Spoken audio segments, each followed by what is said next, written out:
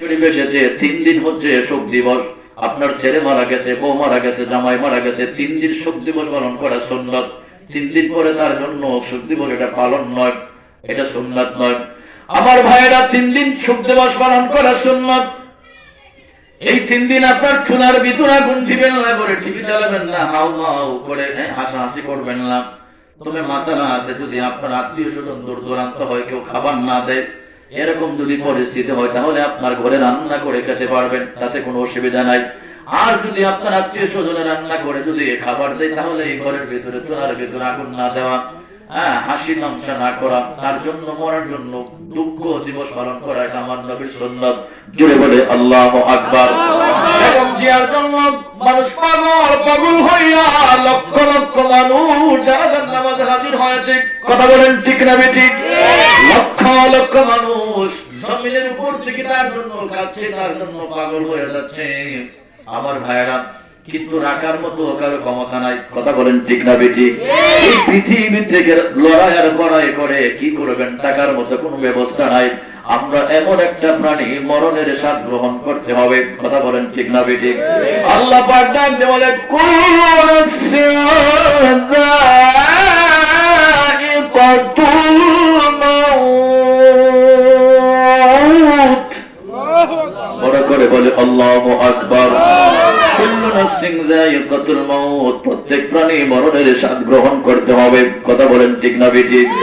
আইনামা তাকুনু ইউদরিকুমুল মাউত ওয়ালাউ কুনতুম ফি বুরুজিন মুশাইয়াদা। মরণ থেকে আপনি পলায়ন করতে পারবেন না। আকাশ পানে যদি সিঁড়ি লাগে, লুকান এমন রূপে লুকান, এমন ঘরে লুকান যেখানে আলো ঢুকে না, বাতাস ঢুকে না, এমন ঘরে যদি অবস্থান করেন, মরণ থেকে আপনি বাঁচতে পারবেন না। কথা বলেন ঠিক না বেঠিক? আবার সুন্নি ভাইরা গভীর মনোযোগ, শ্বাস করে দিচ্ছি তোমার ভাইরা, গভীর মনোযোগ। ভাইয়ের মতো রক্ত আছে, উষ্ণ আছে, সুঠাম দেহ আছে, মানুষে মানুষ মনে হয় না। তুমি একটু কবরস্থানে গিয়ে একটু হাইটা এসো, ঘুরে আসো। তোমার মতো কত যুবকের কবরের মধ্যে শিয়ালে প্রস্রাব করে, কুকুরে প্রস্রাব করে, নাড়াইবার মতো, হাত নাড়াবার মতো কোনো ক্ষমতা নাই। কথা বলেন ঠিক না বেঠিক? যুবক ভাইরা, যুবক বাবাজিরা, গভীর মনোযোগ, মনোযোগ। যৌবনের ইবাদত আল্লাহর কাছে বড় দাম। কথা বলেন ঠিক না বেঠিক? যৌবনের ইবাদত আল্লাহর কাছে বড় দাম।